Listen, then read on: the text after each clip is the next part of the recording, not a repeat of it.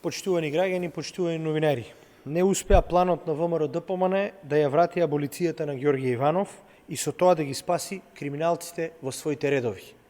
Барањето за автентично толкување на членот 11 од Законот за помилување ја постигна целта. Ги спречивме нечестните намери. Аболицијата на Иванов е незаконска и ништовна, потврдено од Законодавниот дом.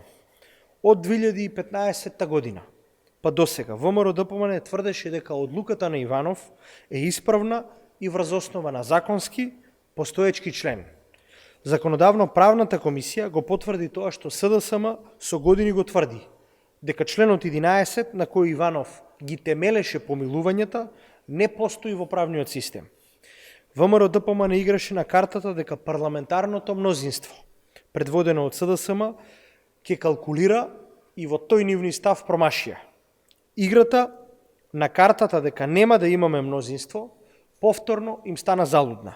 Играа на картата на лажење и затоа на комисијата немаа што да кажат и се приклучија кога видоа дека не можат да ја блокираат комисијата.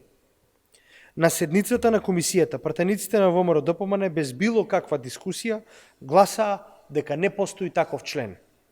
Сега е тоа официјален собраниски документ кој потврди дека помилувањата на Иванов се незаконски и со тоа се ништовни.